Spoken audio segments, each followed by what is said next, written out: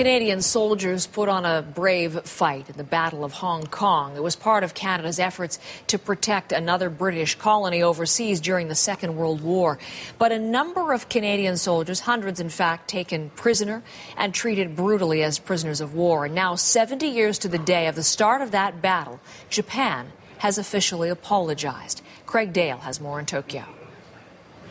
What happened was Canada's Veteran Affairs Minister, Steve Blaney, came here with some of those survivors, some of those POWs in their 80s and 90s. He also came with some vets rights groups, and they met with the Vice Minister for Foreign Affairs here in Tokyo, and it was a private meeting, so no media were allowed access. But what happened was it was an apology. They said sorry for taking these hundreds of men and treating them horribly during the early days of the Second World War. What happened was in November 1941, hundreds of Canadian troops, nearly 2,000 of them, came to Hong Kong to work with the Allies to defend the city.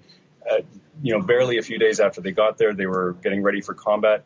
The combat started in December. They fought against Japanese forces for 17 days, but were overwhelmed and they had to surrender on Christmas Day. And that's when their 3 years plus ordeal began. They were kept in prison camps in Hong Kong and then later in Japan. Craig Dale from Tokyo this morning. Many of those detained soldiers Craig talked about were actually forced to work on construction sites and in mines and shipyards. By the time they were liberated, 267 Canadian soldiers had died.